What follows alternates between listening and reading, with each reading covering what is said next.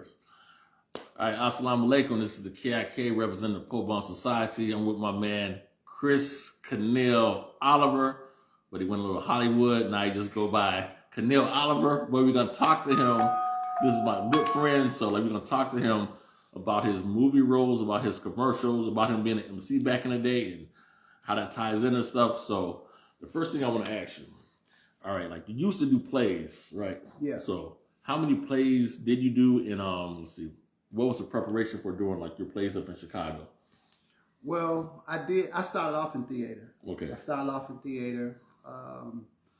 Theater is amazing, you know, just doing plays in general because you're in the moment, you know, preparing, you know, for a stage play, man, it just takes a lot of energy because it's real time consuming. Mm-hmm.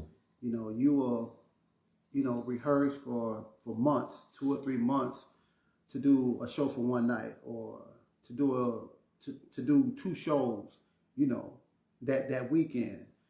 And but overall, I enjoyed it, man, because it's not like being on film. So when you are doing a play or when you're rehearsing, you know, it's do-overs. You know what I'm saying? But when you're live on stage, it's no do-overs. You know what I'm saying? You got to run with it. So even if you happen to, man, forget your lines or whatever, you got to run with it. So, you know, if you forget your lines in a play, what do you do to try to get back on track? Or is it like somebody help you or like they hold up a card or something or what? Or? No, your scene partner. So if this right here was a scene right there, right here, and I knew everything that you was going to ask me, and let's say you happen to stumble over a question or you go over or whatever, I'll come back to it, but I say it in a way where the audience don't know that I'm feeding you your line to get you back on track. Oh, okay. But once you, like kind of like when you master your lines, when you know your lines from the front and back, you can play with it. You know, it's just like when you performing on stage, you know, when you rapping, you might throw in an extra word, you know what I'm saying, that's not even in the rap or whatever, and it still flows. So that's just how it is. Like when you're acting, we call it improv. You know, and you know, if you know your lines or whatever, man, you can say 3 or 4 other lines, 3 or 4 other words that's not even, you know what I'm saying, in script, but long as you stay within that storyline. And make it work. So that's basically it, man. So you depend on your scene partner when you forget your dialogue. What was the first play that like you ever did in Chicago?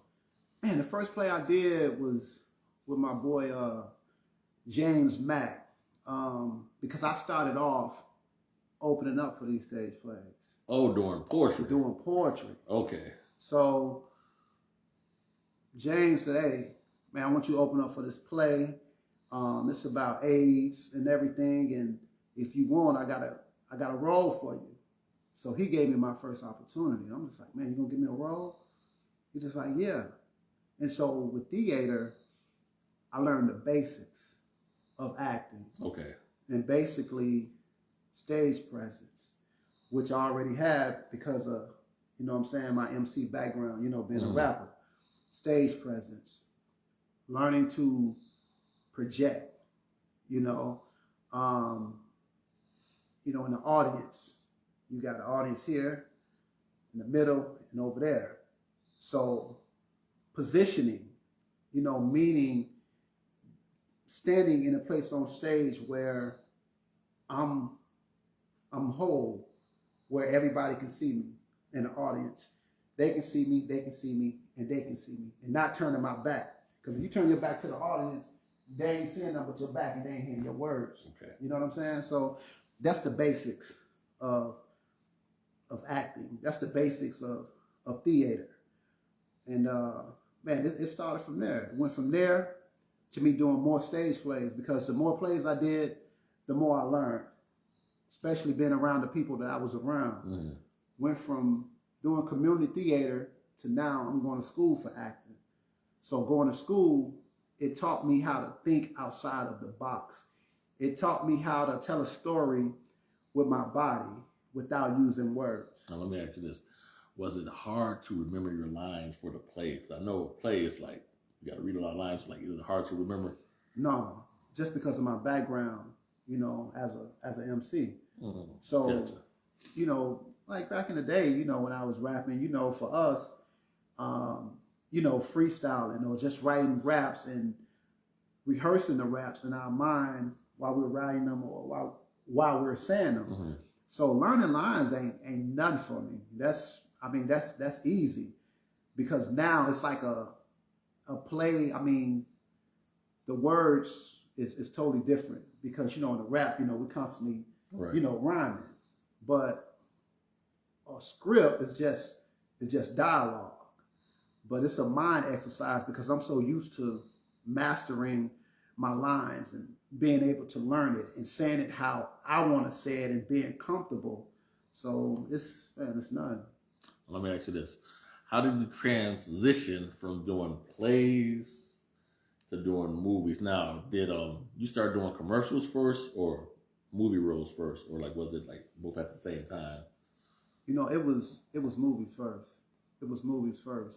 Man, just getting opportunities, just networking with people, and you know, whoever it is that you're working with, man, you build a relationship, and they see that you got a good work ethic, and you always on time, Mm-hmm.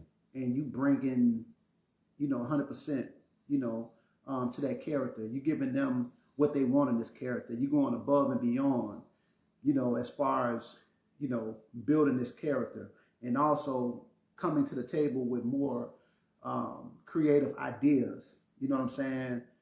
To, you know, build up your character. And like I said, man, that goes a long way because you're helping create a story for somebody else's vision.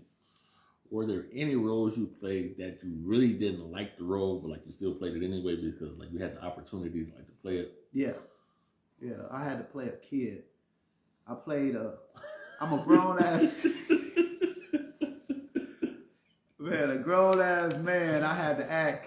I had to play a role of a 9-year-old. You know what I'm saying? Mm-hmm. And I wasn't feeling that. It challenged me, you know, but I mean, now looking back, it didn't make sense because I'm the same height. You know what I'm Mm-hmm. saying? I'm the same height now than what I was back then, and I don't know. It really didn't make sense, but I had to do what, you know what I'm saying, kids do. Mm-hmm. A 9-year-old would do. I had to respond how a 9-year-old, you know what I'm saying, would respond. But man, I was whack. So man, I would never do that again. So no, I didn't want to do it, but most of the things that I've done, I learned from it. Mm-hmm. You know, so you know it is what it is. Now, the movies you've done, you had movies on Netflix and Prime, or what other? Netflix, Prime. It's some more streaming services as well that I'm not too familiar with, like the movie Cherry. Name them all, son. All the movies you done had up on the platform. Let the people know.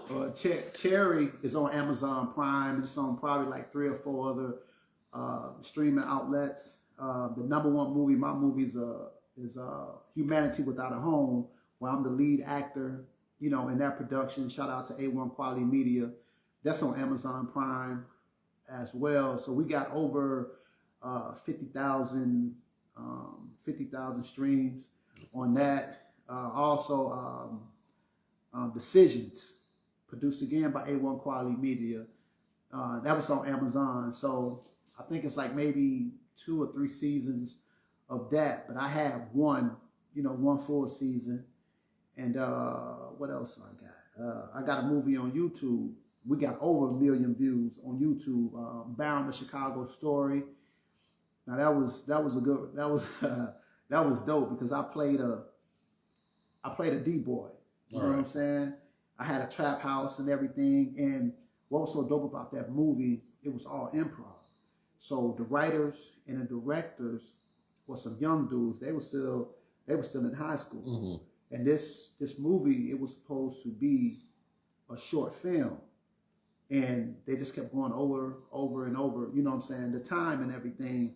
And they'll tell me like, okay, this scene is about, you know, hey, they killed your nephew, and when you come to your trap house, you know what I'm saying, they getting high, and plus they robbed you. Go. You know what I'm saying? So I come in and I just make up everything. I made up everything. But I think everybody else had lines except me. But it fit, man, perfectly. That was the first movie I did where they choreographed the fight scene. Okay. I never did that. So these young guys showing me, you know what I'm saying, how to fight, you know, on film and make it look good. So that was a dope project, man. And you know, shout out to them, you know, them young guys. But yeah, man, it was a good experience because that was the first movie I done with just improv. Okay. And yeah, it was a good look. Now, how many projects are you currently working on right now? Ooh. I just finished a movie. And what's the name of the movie? I don't know, like zombies and everything, man. It's just so much.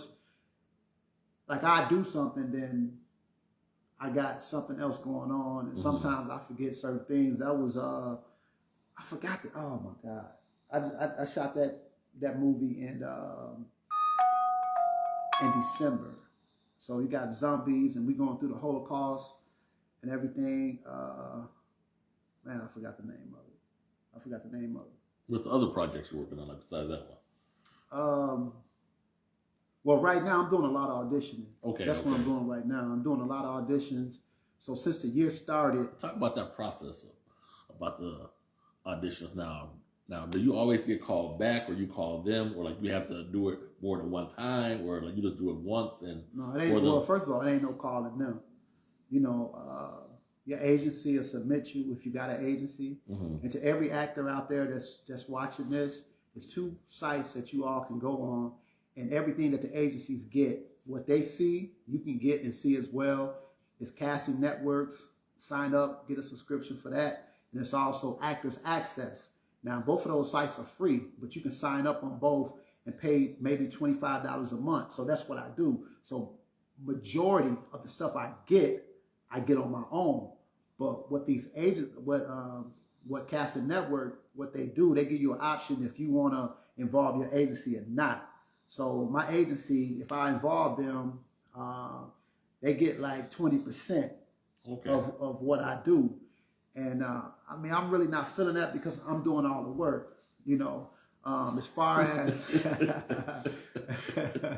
but as far as getting auditions, they send me all type of stuff that match my criteria, and if I like it, I just submit for it. So I send them a package.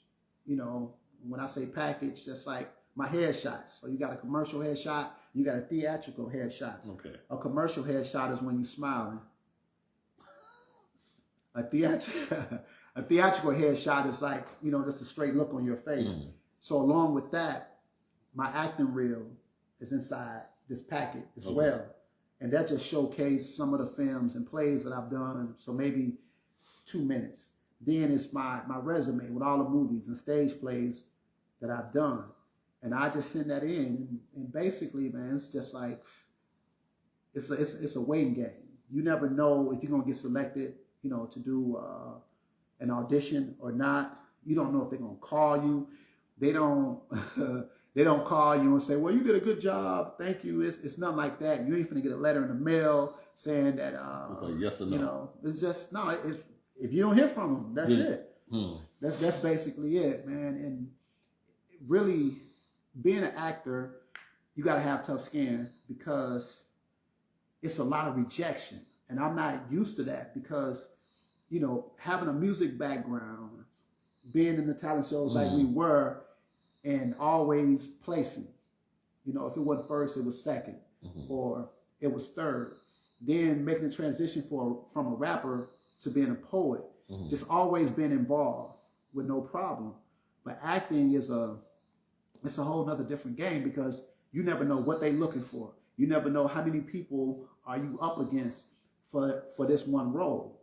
So they have in their mind what they're looking for. So they want a black male between the age of 25, 36. You know, they want this actor to be 5'7", 5'8", maybe bald head. They want an afro. So I mean, you just never know. You never know. So that's the only thing about it. And they don't tell you if, well, you got it, but they will reach out to you, you know, let you know like, hey, well, we want to go to the next, you know, the next phase. And that's basically it. But rather than that, if you don't hear nothing, you can't call them. Gotcha. You know. Now, how many years have you been acting? It's been 12 years. Damn, stop playing. Straight 12 up. years. Yeah, 12 years. 12 years. Okay, that's what's up. All right, now I'm going to step back. So those who just tuned in, I'm with Chris Caneil Oliver, that homie from, you know, Simmons Junior High. Yeah. You know what I'm saying? So you an MC, a poet, a stage play artist, and you make movies, and I'm like, you make commercials. Yeah, but I'm not an MC no more. I can't rap. I don't got the once an MC, you always an MC, son. It's always in your bones. Now, when you were rapping and like you decided to start doing spoken word poetry, how was that transition? Like, it was hard, you know, because when I first started saying poetry, like Def Jam poetry, it was the wackest thing ever to me. Because I'm like, how they, you know, they up there with no music, and it sounds like they rapping, but they're not. I didn't like spoken word until I seen Momentum, you know. But just making that transition, it was hard because everything I was writing at the time, it sounded like it was a rap. I hear you know. But then just going out, you know, to the spots, you know, in Chicago, seeing how the other poets was, you know, how their delivery was and how their stage presence were, how they pace themselves while they're doing their poems. You know, I didn't know all that. So once I kind of figured that out, you know, man, hands down, you know, it got more easier for me. Now, how did the poetry help you become a stage actor? Because it goes, I used to say all the time, being a poet and being an actor, it goes hand in hand. Because as, you know, a poet or a rapper, got to project, got to have stage presence. Doing stage plays, you got to project, you got to have stage presence. You know, you got to know how to, you got to think in a moment. You know, and that goes back to, you forgot your line. Okay, well, I know your lines because not only I study my lines, but I study yours as well. So when you happen to get stuck or you say something left field, the audience, they never know unless you tell on yourself. I end up saying your line, or I say, so what you had to talk to me about? I know you was saying that, you was thinking about getting into corporate America. So I just gave you your line because your line was talking about, hey, I'm thinking about taking this position in corporate America. So I done pulled you back in. Okay. You know, so, but no, it goes hand in hand, man, with stage presence, projecting, and as artists, we use our hands a lot. Right. You know, and in an acting world, we do that as well, to tell a story or to paint a bigger picture. You know, we do the same thing. But see, in school, they taught me how to use my body without saying one word. And that's the most powerful thing ever. You can tell a story without saying anything, but you can tell a story with your body. So that was amazing, man. So any actors that's watching this or anybody want to be an actor, go to school, take classes. It'll teach you everything that you want to know. It's the best thing that I've done as far as an actor, man. Take those classes. And I was in the first school I went to was Act One. That was downtown Chicago. So I was making that commute every day from here going downtown. I did that for like a year. Then the school closed down. So then I went to another school in Oak Park, Ted Saranto's School of Acting. I did TED, you know, I attended that school for like a year. And I learned the fundamentals 1 through 4. Learned on film, learned commercial, learn improv. You know what I'm saying? So improv, think about it. It's like when you on stage. Freestyling. Basically, that's what it is, But like I said, with acting, long as you forget your lines, but stay within that storyline, so yeah. That's what's up. You gonna kick freestyle? No. Back in the day, this dude was one of the hardest, crucial battle rappers in Aurora with the fanatic, crazy freestyle. You know what I'm saying? All right. Any last words you want to say to anybody or up-and-coming actors, people that want to get into acting, or any projects you got coming up or anything? Well, again, right now I'm just doing a lot of auditions, and before this year started, I spoke something over me, and words are very powerful. So I said, in year 2022 is going to be the biggest year of my life, the busiest year of my life, and the best year of my life. And I call that the 3 B's. So once you speak something and you put it out there, that's what it is. And this month alone, from January 1st till today, I done had 15 auditions.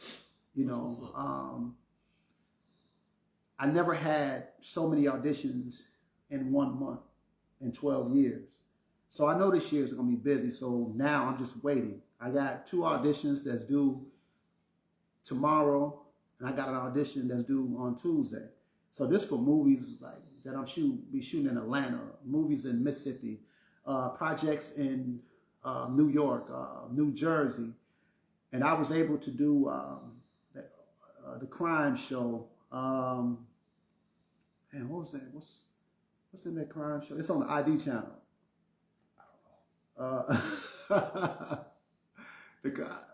I did that. That was dope. So now I'm trying to get on another crime show, but just stay encouraged, because again, you got to have tough skin. It's very hard, the rejection. And I questioned myself. Actually, I questioned myself millions of times, trying to figure out, okay, if this something's for me. And I pray a lot. And I remember one day just praying, and this was recently, and I said, Lord, acting isn't for me. If it's for me, show me. But prior to that, God, He shows me so much, because again, I talk to God more than I talk to anybody. And, God told me that you're going to be a great actor. He didn't say, well, you're going to get every audition you get, you're going to get booked for it. He didn't tell me that. And just doing so many auditions and just not hearing nothing back, it get very discouraging. So you got to stay prayed up. So stay prayed up. So what I did, I'm going to tell the story real quick. I prayed one morning, like, Lord, just show me, just give me a sign if this is what I'm supposed to do. And I had the radio on in the car, but the volume was all the way down. So after I prayed, I'm driving, and it was, like I said, it was quiet. And all of a sudden, this voice on the radio said, when you in God's hands, everything is in His timing. Now the radio was real low. So when I heard that, I said, wow. I said, Lord, that's it. 2 weeks later, I got booked for that national commercial, what I did for Pedialyte. And so what God did in that moment, He showed me that this is where you belong. You belong on camera. This is what I'm going to do, And the whole time while I'm filming this commercial, I'm just thanking God. Every time we take a little break, I'm like, wow.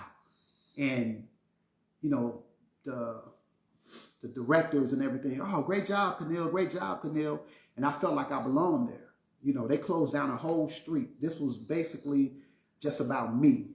They got a fire truck for me. Everything that was out there, it was basically for me. People catering to me. Well, do you need anything? You want water? That's how it is, like when you're on a professional set. But God was just showing me, like, man, I got you. No need for you to question me, asking me, is this what you're supposed to do? Because it felt so natural. I was comfortable, and I felt like I belonged there. So anybody out there, just don't give up. That's a testimony right there. Keep doing what you're doing. And whatever you ask God, like I said, He's going to show you, whether it's something that you want to know, or not. But just keep seeking God, keep believing, and that's basically it. Words are powerful. That's what's up. And also another thing, I got more national commercials that I'll be doing this year, more films. I'm gonna do another spoken word project as well. I thought it was a wrap as far as me, getting back into the studio. Get back in the game, son. Man, writing my own movie. So I got a whole lot coming up this year. It's gonna be real busy, and like I said, I'm auditioning. I'm doing like 4 auditions a week. So yeah, everything is going good. I stay prayed up, so I'm encouraging everybody to stay prayed up and just watch God move. Also, we got Chris's son here, and he has his own clothing line. We want to speak to the young God. Young God, come on over. Fam, I want to thank Fam. We got to get back on camera with the... I'm sorry. I want to thank my man, Chill. Sir, tell the people your name. What's going on, people? I am Akil and Rain, leader of mine behind Jazz Junkies. Just my clothing brand here. And how old are you? I'm 24 years old. Now, when you started this clothing brand, what motivated you to start this, and what made you say, you know what, I think that I could do this? Honestly, back to what my dad said, just praying. I've always been a fashionable character, ever since school. Honestly, elementary school, middle school, high school, I just always been dressing. You was gripping on them. I try to do a little something. You was gripping on them, son, as the kids say. I try to do a little something, but yeah, I'll just say it all started back from just early childhood, just always loving how different clothes look and, just staying prayed up, and eventually it just all came to me and I just started making noise from there. So where does the name come from? So the name originates from the genre, jazz. Okay. So when I think of jazz, I always think of not only the music, but I always think of being smooth, relaxed, cool. And then a junkie is someone that's infatuated with something. Let's say you're a hooper, you're a basketball junkie, you love making food, you're a chef junkie. So when I think of junkie, I think of someone who's obsessed with something. Peep this out. Now you have hats, hoodies, and shirts. Yes. And what else? I also have shorts, crop tops, and coach jackets. And what is your website? JazzJunkiesClothing.com. Now, how long have you been doing this? So I've been putting this all together for about 2 years now. Okay. As far as, honestly, I've been doing this since 2015. Okay. So the business side of it came about 2 years ago. All right. When I started getting, all my documents ready, just, all legal business, things like that. Now, is this all you, or you have help, or do you design it all yourself, or how does that go? Yeah, I do have a mini team, but for the most part, I definitely do a lot of things. Stop right there. My man said he got a team, son. My man got a team. Team, son. Y'all know about that. He got a team behind him. Talk about your mini team for a minute. Yeah, so, my mini team is pretty much some graphic designers, videographers, photographers, people that just help me get small stuff done behind the scenes. As far as the designing aspect, though, that does come a lot from me. So, I'll be on my iPad, just random late night, I'm bored. Let me just start designing something, If it don't come out to how I want it to, I'll look at it the next day or 2 days from there, and then next thing you know, I'm just trying to add on to it, or I might even scrap it and move on to something else, just whatever it's feeling at the time. So. Now, social media platforms, what platforms can they find like your clothing on, or like pictures of your clothing? Yeah, so Instagram is Jazz Junkies, all one word. Facebook will also be Jazz Junkies SFGS, and those are the 2 main ones that I use. Okay. But yeah, I would say Instagram mostly, though. That's where you'll see most of my creative ideas on. Now, are you selling merchandise, son? People buying it? Yeah, we definitely selling over here. Okay, that's what's up. We definitely selling over here. Getting everybody geared up for the winter. We got the beanies, like I said. We got the hoodies. Show off the hoodie, son. Show off the hoodie. Show off the hoodie. This is part of my tie-dye collection, the black onyx tie-dye. There's 2 more flavors in this. I got 3 more flavors in this, and this beanie. It's just a lot of flavors going on, man. And what does SFGS stand for? So SFGS stands for Striving for Global Status. Stop right there, son. Let's break this down. Say it again for the people. Striving for global status. Striving for global status. Son, this ain't no Aurora Whedon stuff. Global status, son, you know what that means? It's international. Call me home. Come on, son. You're like, that's dope, though. That's dope. That's dope. That's dope. That's dope. Appreciate it. That's dope. Thank you so much. Anything else you want to tell the people, like, before we go? Honestly, all I will have to say is no matter, just like my dad said, no matter what you're doing in life, man, just keep on striving. Always remember that God is first, and you can literally do anything you put your mind to. Tell them your name again and also your clothing brand. What's up, people? I am Aki Lorraine, leader in mind of Jazz Junkies. You can find all of my gear on jazzjunkiesclothing.com. All right, that's my man. This is Chills. I call him Chills. Chris's son right here. So we want to thank y'all. I see Jeff Burst. What's up, fam? Want to thank y'all for tuning in, and remember to support Black people doing positive things. Also support people in Aurora that's also trying to do some positive things. So this is 8 Illas View 7. Peace. POBUMS. We out, son.